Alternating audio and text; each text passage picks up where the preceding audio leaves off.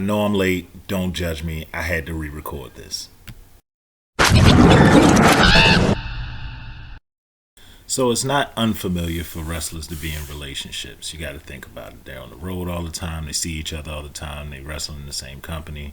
And then eventually one person gets injured and the girl goes and dates the dude's best friend and they're really beefing in the ring. Yes, I'm talking about Matt Hardy and Lita and Edge. But there are other instances where, they might get married. They might divorce. Right now, there's a bunch of wrestlers who wrestle for different companies, but they're in relationships. Peyton Royce and Shawn Spears mainly.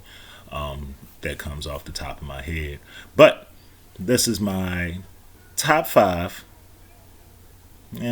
Not top, but 5 wrestling couples.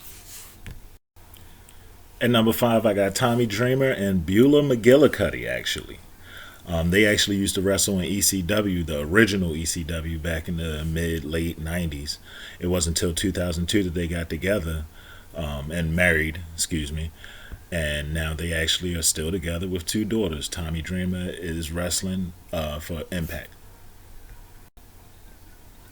At number 4, I actually have Brock Lesnar and Sable. Now, when I first heard about it years ago, it was a super surprise to me and probably the rest of the world. But Sable actually divorced Mark Merrill, who she was married to throughout the Attitude Era in the early 2000s. It wasn't until 04 and 06 that her and Brock Lesnar was on and off, but then they got married in 06, and they're still married, and they actually had 3 kids together. Brock Lesnar is not any longer signed to the WWE since last year, and Sable stopped wrestling after the Attitude Era. Just a side note, it's crazy to know that Sable married a wrestler after suing Vince McMahon for millions of dollars for sexual harassment for all the stuff that she did on TV. And there's some stuff that happened behind the scenes.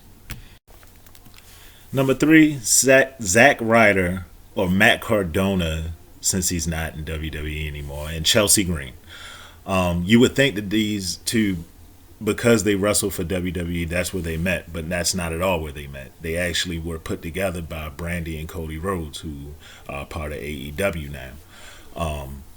They love Disney and go to Disney World all the time and all this other weird stuff, but now they're actually engaged. Chelsea is actually injured, but she's still wrestling for WWE on the NXT side. And Matt has actually just signed a contract, I believe, with TNA after making an appearance on AEW, a 1-off or 2-off with Cody or something like that. At number 2, I have Aaron Solo and Bayley. Now, at the time of me writing this, they were actually engaged, but they are not anymore, unfortunately. But anyway, they actually met in 2010 in NXT when they first started their developmental contract with WWE NXT. He eventually left and went and he did participate in the Cruiserweight Classic, but he did go and do other things in other but other promotions. She, of course, stayed and became the superstar in WWE that she is, but now he's actually signed to AEW. Honorable mention to Jimmy Uso and Naomi and Bianca Belair and Montez Ford. But my number 1 is Cedric Alexander and Big Swole. Now, they've actually been married since 2018. They actually have 1 daughter together. They're super busy, and it's crazy because Cedric works for WWE, and Swole just got signed to AEW for a full-time contract, but she actually wrestles for another promotion where they actually live.